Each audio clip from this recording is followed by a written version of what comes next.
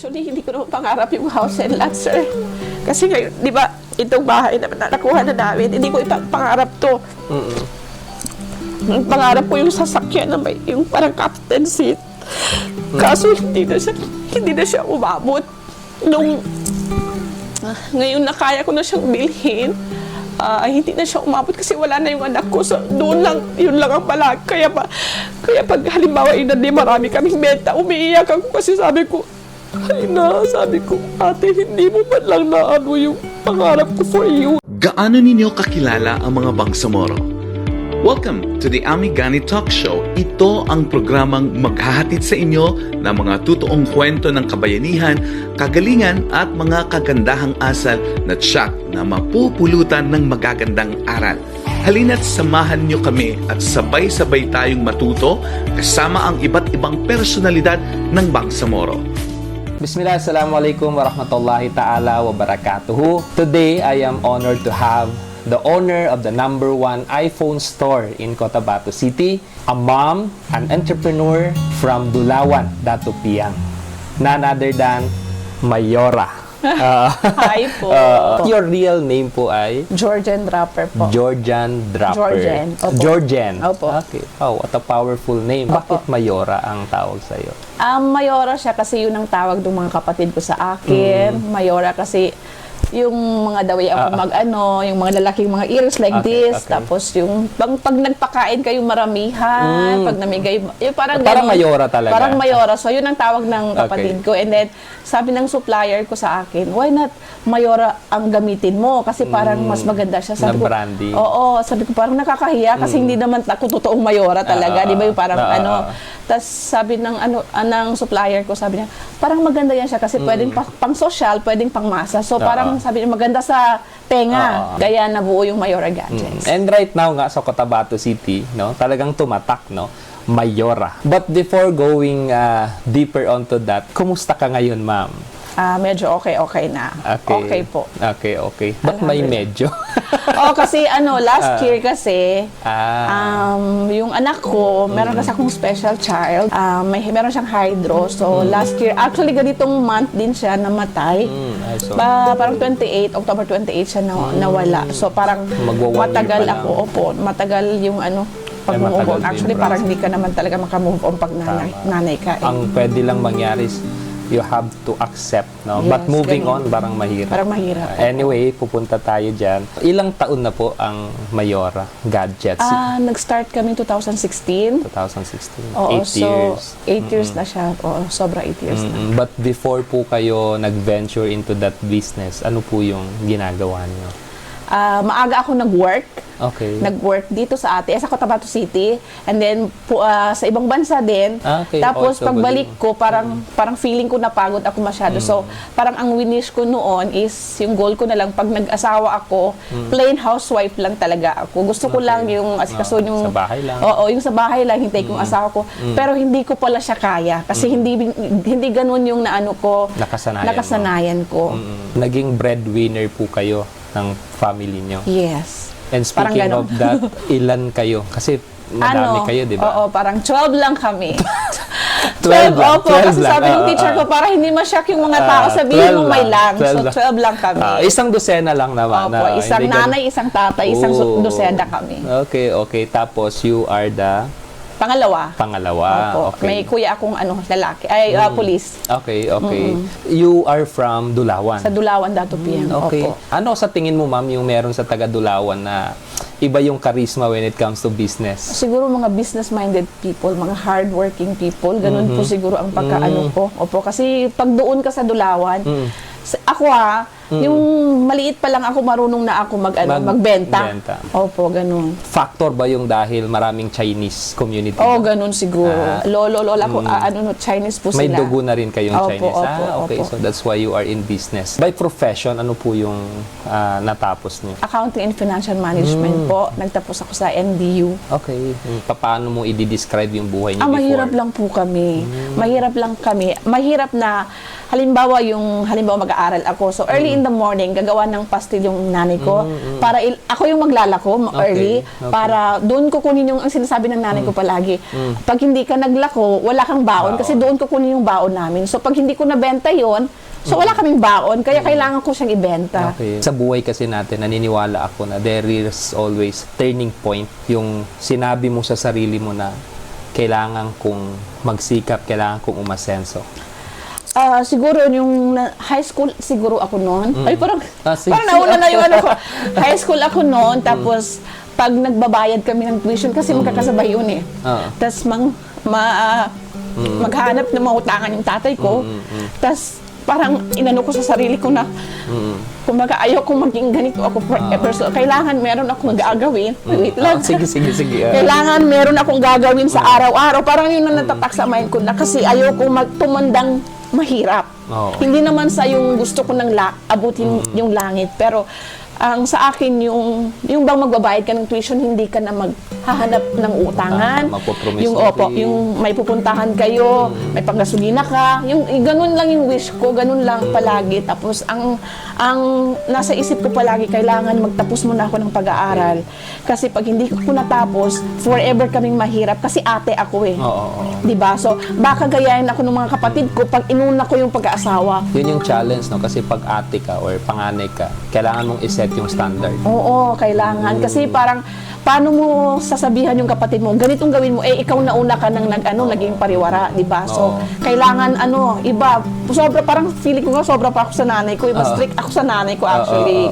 Yung negosyo nyo ngayon, no? The Mayora Gadgets, yan ba yung una yung negosyo or dumaan muna kayo sa napakadaming negosyo bago yan? Hindi din po. Opo.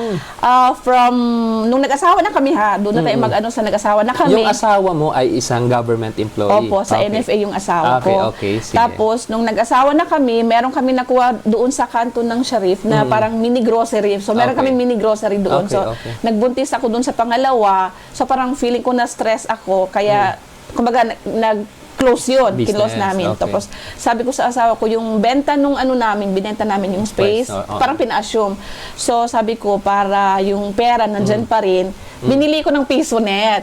Kasi yung PisoNet, di ba, hindi ko na siya, uso that time, di ba, hindi ko na siya babantayan. So, doon lang sa bahay, ang asikasuin ko lang yung panganay namin. Tapos, mag-harvest lang ako doon. So, doon yung nakalagay sa nanay ko, sa bahay ng nanay ko. So, hina-harvest ko lang siya. Tapos, yun na. Yun ang pangalawang business. Bago Mayora Gadget. iPhone. Paano kayo napunta sa negosyong iPhone? Sa iPhone naman, sabi nung kapatid ko, sabi niya, Chi, may nabili akong iPhone. Sabi ko, hindi man ako masyado sa iPhone kasi nga Android ako, user ako dati. Tapos sabi niya, i-try mo magbenta. Sabi ko, magkano rin? Mahal, parang 9,000 plus yun, iPhone 5 pa. Tapos sabi niya, i-try mo daw magbenta. Sabi ko, saan ko hanapin ang supply? At saka wala naman akong kapital. Kasi di ba 9,000 plus, ano lang yung business ko before noon? PisoNet lang. So sige, sabi ko, baka next month makabili na ako kasi ang goal ko 3 lang. Ay, hindi, 4 actually, pero 3 lang yung nakaya ng pera ko. Sabi ko, kahit na weekly makabenta ako ng isa. So, 4 in a month. No, yun ang nasa isip ko. Tapos, yung first na binili ko 3, naubo siya, hindi pa nag 1 week. Sabi ko, maganda pala ito. Pero meet up lang yun Online. Kasi nauso po yung online noon. So, meet up lang. Pero hindi ako yung nag-meet up. Yung mga kapatid ko na may work. Doon na lang pinipick up sa office nila. Kasi, pag tawag dito, para hindi na ako makalabas kasi nga may baby na ako. So yun, from meet up dito, tapos nadala yung anak ko nga sa hospital sa Davao. So dinala ko pa rin doon. Nasa hospital ako, sa bag ko, yung mga iPhone, pati yung box niya. Nakikipag-meet up ako doon sa 7-Eleven sa baba ng hospital. Ganun nang nangyari. So you started online hanggang sa nagkapwesto? Opo. Ang first na namin sa Davao na, Victoria Plaza. Ang first branch nyo? Yes so po, Davao doon. pa nauna. Davao ako kasi sobra 2 years kami doon dahil sa hospitalization ng anak ko. So hindi kami pwedeng umuwi. So sabi ko, kumbaga wala na kaming pagkukunan kasi nakaloan na yung asawa ko. Lahat na lang siguro ng loan, na niya. So, sabi ko, kailangan, kumbaga matustusan namin nang hindi kami makautang ng, natatakot ako mangutang yung 5-6 kasi, at saka wala naman akong pambayad. Lalamunin ka ng interest. Yun ang number 1. Tapos, okay lang sana kung may pambayad. Wala naman akong pambayad. So, kaya hindi ako, wala sa isip ko yung mangutang. So, sabi ko, kahit na araw-araw yung may mabili ako ng diaper, ng gatas, ganun. Masustain lang yung Masustain lang yung, opo, yun lang actually, wala akong, hindi ko naisip na magiging ganito siya. Ang nasa akin lang dati is masustain lang yung diaper, yung gatas ng anak ko, yung hindi kami Medicine. mangutang, o yung ganun. So, yung branch nyo sa Davao hanggang ngayon bukas pa? Nag-close kami nung pandemic sa Okay. Davao kasi mahirap na siya dalhin doon yung stocks. 'Di ba? Tapos close pa yung Okay. mall tapos magbabayad ka ng Oo. pwesto. So Oo, kaya mahirap. wala akong choice kundi So ngayon, i-give up yun. ang Dito open na lang. sa Cotabato, Cotabato, City. Ngayon and ilang then, branches na ang may Dalawa po. Yung dito sa Cotabato and kaka-open lang namin ng Takurong. Takurong. Tapos mag-open kami ng Sun, Jensan, Wow. at saka Minsayap. Yun yung Sayang. So, next. 4 branches. Opo. Nabanggit mo kanina, no? Yung about sa anak mo, if I may ask. For you, yun ba yung pinakamalaking challenge na dumating sa buhay niyo? Oo, para sa akin yun. And yun din ang nag-push sa akin para dito sa business na ito, parang kumbaga galingan, dapat araw-araw ginagalingan ko. Kasi yun na nga, kailangan namin ng malaking pera, kailangan namin ng, yung para sa hospitalization na, tapos kailangan comfortable siya kasi like sa mga place na kailangan yung naka-aircon siya, so ganun. So, parang kailangan talaga ng malaking pera. Kasi yung condition niya ay Hydrocephalus po. Hydrocephalus. Actually, oo. Pinanganak siya na may sa likod. Parang may opening something sa likod. So, sabi ng doktor, parang one day lang naman, 24 hours. Parang may taning yung buhay niya na baka 24 hours lang siya. So, parang ako sakit. takot ako noon kasi parang hindi ako ready na Tapos yun, parang sa hospital na kami tumira talaga, labas-masok lang kami ganun, sobra 2 years sa Davao kami. Kaya may Davao branch kami noon. So, 24 hours siyang parang tinaningan. Ilang taon pa siyang nabuhay? Sobra 7. Wow, mashallah. Oo, alhamdulillah, At least diba? na 7 years pinahiram sa Oo, inyo. kumbaga na ko lahat ng gusto kong gawin sa kanya. Although hindi naman talaga lahat. Tapos last year lang siyang nawala. Oo, after niya, so mga 3 months akong nakahiga lang. Nakahiga lang talaga ako. Depressed. Hindi ako nakaka-open ng eyes ko. Nakahiga lang na pag tumatayo ako, nahihilo ko, natutumba ako. Tas, nagkaano lang ako kasi bagong panganak din ako ng baby ko. So, Siguro naghalo-halo naghalo na na. siya. Oo. Kasi wala ka pang tulog, parang nag-iisip ka palagi. After nun, sabi ko, baka nga nag-give up na yung anak ko. Kasi, baka sabi niya, baka ma'am, baka time mo naman. Kasi, simula po kasi nung pinanganak siya, as in, wala akong maayos na tulog. Sa hospital kami, sabi nung lola doon, sabi niya, Mrs., bakit hindi ka natutulog? Sabi ko, hinihintay ko matulog yung anak ko kasi hindi talaga ako natutulog na hindi siya natutulog kasi natutrauma nga ako baka may mangyari sa kanya na hindi ko makita. Yun ang palaging, yun ang feel ko. Tapos, sobra 7 years ganun. Alam mo ba yung si attorney, yung may-ari ng building kasi nasa taas kami dati. Tapos, araw-araw ko dinadala kasi yung baby ko kasi nga hindi ko siya mapaano sa iba kasi ayoko yung time maagaw sa akin kasi natakot ako mawala siya. Tapos sabi niya, attorney, Mayor, okay ka lang ba? Dinadala mo palagi dito sa taas ng building, 3rd floor kami. Dinadala mo yung paakyat ng anak mo na hydro. Tapos mabigat alam mo yun. yung araw-araw ganun, sabi ko. Kasi Sabi ko, yes, attorney, okay lang ako kasi doon ako masaya. Hindi ko siya kayang iwan sa bahay na hinihintay ako or iba yung nagawa sa kanya. Hindi ko kaya yung ganun. Bago lang, parang na sila kami kumuha ng kasama namin kasi ayoko talaga siyang iano ng iba. Kami lang talaga ng tatay niya na kasikaso sa kanya. Kaya parang hirap na hirap ako. Kasi yung bang nasanay ka na nandyan lang siya, kahit nakahiga na, kasi hindi naman siya nakakaupo actually, nakahiga lang. Pero nakakausap siya? Ang masabi lang niya, ma'am. Okay. Ma'am lang ang word na masabi niya, and then nakakakanta siya, pero yung sound lang. Oo, yung rhythm lang, oo. pang ano niya. Pero at least, no, before man nangyari, nabigay nyo lahat. Nagawa nyo yung best. Oo, nabigay ko. And then, kahit na sobrang hirap kami dati, as in, hirap na hirap, hindi ko siya na-feel na nahirapan ako. Hindi ko siya na-feel kasi kapag yung sa hospital kami ini-inject siya, tumatawa siya, hindi siya umiiyak. Kumbaga, parang ako pa ba yung hindi lalaban yung anak ko lumalaban araw-araw? So, kailangan lumaban talaga ako kasi tawag nito, siya nga na ano lang dyan, yung nasasaktan na araw-araw, tumatawa. Kaya noon, nasa hospital kami, yung mga picture ko, tinitingnan ko yung mga picture ko, bakit ang saya-saya dito na nasa hospital kami ng time na yun, bakit ang saya-saya ko? Sabi ko ganun, kasi mas kumbaga, kung ano mo is mas malungkot ako ngayon na wala na siya. So sabi ko, bakit meron bang tao na nasa hospital na masaya?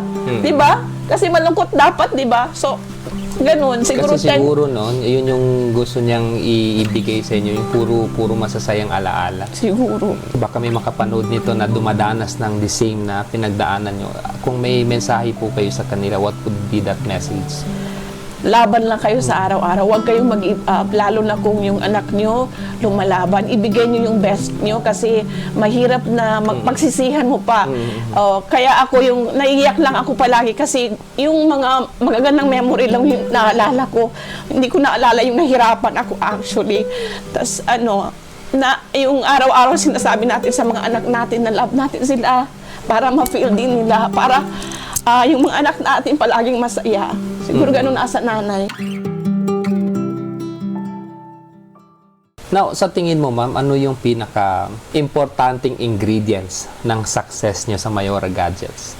Siguro yung consistency. Consistency. Oo, kasi kung doon tayo sa yung pag-work hard, marami namang taong nag-work hard, pero hindi pa rin na yung ganun. Kasi, halimbawa, naka-work na sila ng ganyan, ng 1 month, nag-stop sila. Okay. So, ako, from the moment na nag-start yung Mayora hanggang ngayon, same pa rin yung energy. Opo. From day one. Opo. Doon lang bumaba sa yung sinasabi kong 3 months na hindi ako okay. So, doon lang. Kasi nga, hindi ako makapag-isip ng maayos. So, doon lang. So, hanggang ngayon, same pa rin araw-araw kailangan nag-iisip ka ng bago, nag-iisip ka ng palaging 1 step or kung ilang steps man, dapat mas ka-advance ka always. So yun, consistency nung kung halimbawa okay, good ka ngayon, kailangan bukas mas better better than best. Basta palaging meron kang add. Okay. Ganun ang ginagawa ko. Other than consistency, ma'am, sa tingin mo, ano pa yung iba? Yung disiplina sa sarili siguro. O kasi ako wala akong inunang luho. Okay. Kasi hindi naman talaga ako maluho. Kasi hindi naman ako dating So, yung disiplina sa sarili kung saan mo ipupunta yung income mo. Halimbawa, kumita ako ngayon ng 2,000. So, yung 2,000, ang ibabawas ko lang dyan, diaper lang. Okay. O, di kaya pang grocery lang namin. So, yung sumobra doon, ipon yun. Ipon. Kasi gusto ko, kasi di ba consignment lang naman. So, ang goal ko is, para sa susunod, lahat na lang yung units na meron ako sa shop namin is, kumbaga akin na, yun ang pinaka-goal ko. So, hindi ako nangutang. Ayokong mangutang kasi nga iniisip ko yung interest. Di ba? So, yun lang, disiplina lang sa yung lahat ng pumapasok, kailangan mas malaki yung pumapasok kesa nilalabas mo. Doon sa mga gustong mag-umpisa ng negosyo, no? Meron ba kayong gustong i-advise sa kanila? Kailangan ba talaga na meron kang malaking kapital to start business? Hindi po. Kasi, bakit ko nasabi? Dahil meron akong mga kaibigan na mayaman, maraming pera, pero nag-business sila, nalugi din. Oo, nalugi. Ilang mga days lang, gano'n, nalugi na.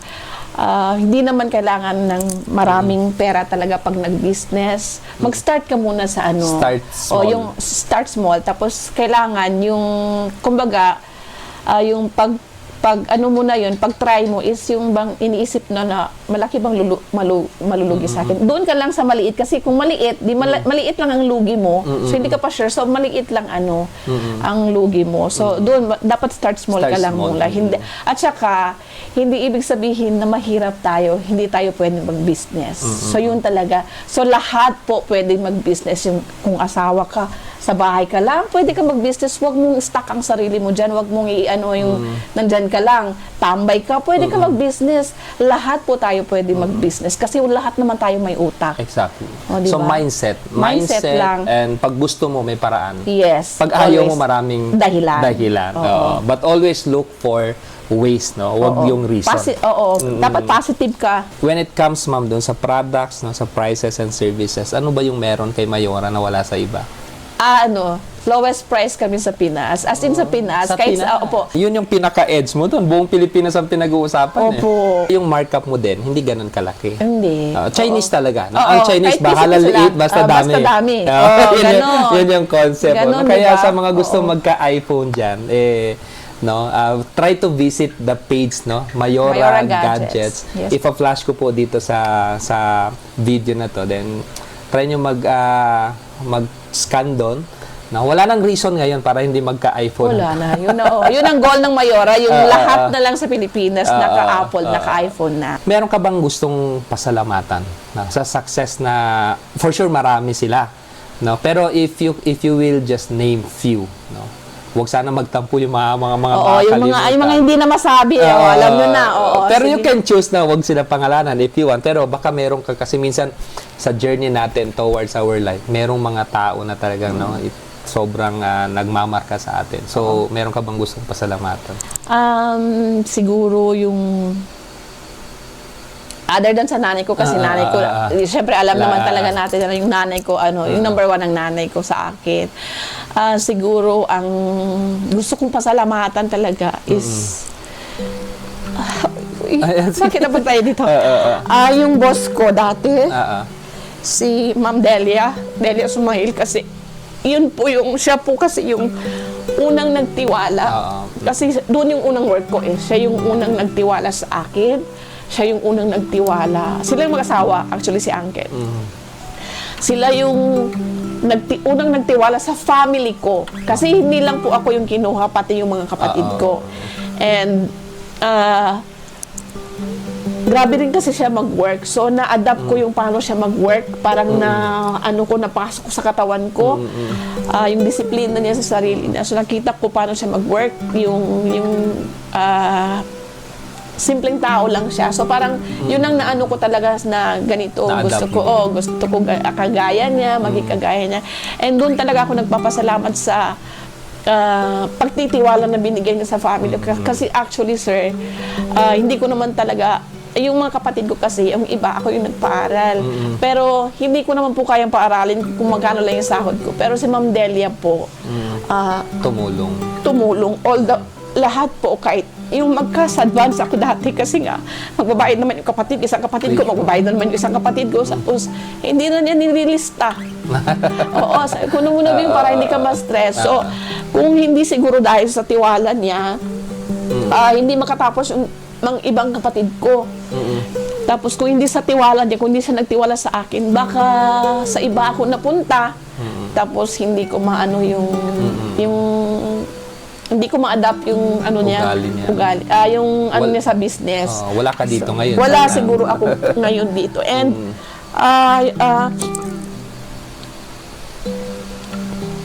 yung anak ko, sir, nagpapasalamat ako palagi kay Allah kasi binigay niya sa akin. Hindi po biro ang magpaano ng special child. Lalo na kung hindi nakakalakad, yung nandyan lang. Hindi biro yung alagaan mo, pero yun po yung nag-ano sa akin. Nagpatibay.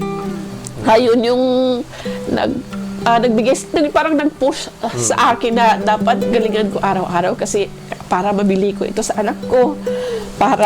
Actually, hindi ko naman pangarap yung house and lot, sir. Kasi ngayon, di ba, itong bahay naman na nakuha na namin, hindi ko pangarap to. Pangarap ko yung sasakyan na may yung parang captain seat.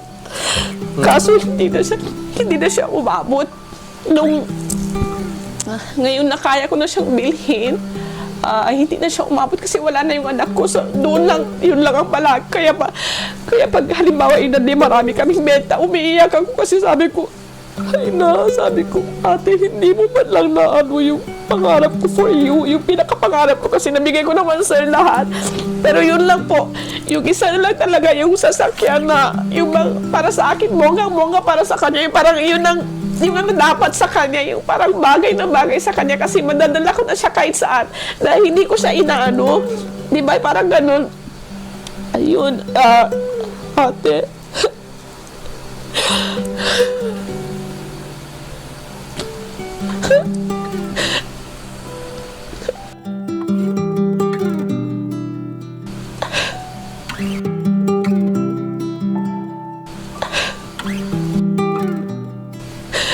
Thank you. Alhamdulillah kasi binigyan siya ni Allah sa akin. Kung wala yung anak ko, walang Mayora Gadget, sir. Kung wala talaga yung anak ko kasi hindi naman ako hindi ako magsasakripisyo ng ganun katindi. Kung wala yung anak ko, kasi okay lang naman ako na makakain ka. Di ba makakain ka sa, baka may merienda ka. Okay naman ako Saka nun. sanay tayo sa hirap. Hirap, oo, hindi naman tayo naghahangat ng sobra-sobra. Pero dahil nga doon sa masyadong yung pangarap ko doon sa anak ko, kasi hindi nga siya makalakad, so kailangan mabigay ko sa kanya yung lahat ng magagandang bagay na kaya ko sana. Pero hindi talaga umabot yung sasakyan. So ngayon, parang last days ago lang siguro, nakita ko na yung sasakyan, may lumabas na yung ganun yung nasa isip ko. Sabi ko, sinian ko na lang sa GC namin sa kapatid ko, sabi ko, sayang, kaya ko na sana ito. Hindi lang umabot. Pati ako, naiyak din ako. Tinitiis ko kanina pa. Pero thank you, ma'am. Most importantly, thank you sa inspiration. Ang nakita ko kay Mayora is talagang ang motivation niya is family. And for me, yan yung pinakamalakas na motivation in whatever you do, your family. Talaga. Kasi kung gusto mong i-provide yung the best sa family mo, kahit hindi mo kaya sa Di ba, kinakaya mo na lang, kakayanin mo na lang. For your family. Alhamdulillah, I am very inspired, ma'am. Maraming salamat. And sana kayo din na-inspire. Si Ma'am Mayora ay isang simbolo po ng nanay na nagmamahal sa pamilya. Ginawa ang lahat hanggang sa makamit ang tagumpay, and hanggang ngayon ay ginagawa pa rin ang lahat para ma-share din niya yung blessing niya sa maraming tao, sa mga kapatid niya, and even kami, parang last week lang kami nag-meet ni Mayora, pero parang taon na rin kaming magkakakilala. I think isa sa ingredients ng success niyo po, ma'am, aside from consistency and discipline, is the generosity. Ayun sana sabihin ko kanina. The yung generosity. Kasi sabi nga, the more you give, the more you receive. At saka, yung maliit pa ako, sir, may sinasabi yung matanda sa akin, yung matandang-matanda na sabi niya sa akin, lahat sabi niya sa akin, lahat ng binibigay mo, tandaan mo ito, lahat ng binibigay mo, yan ang makukuha mo Hereafter. di ba? Yun lang ang para sa iyo, sabi niya, Hereafter. yung lahat ng binibigay mo. So yun pag kasi may mga yung bang may time talaga na parang, uy, gusto kong mamigay ng ganito. So, yun ang laging nasa isip ko.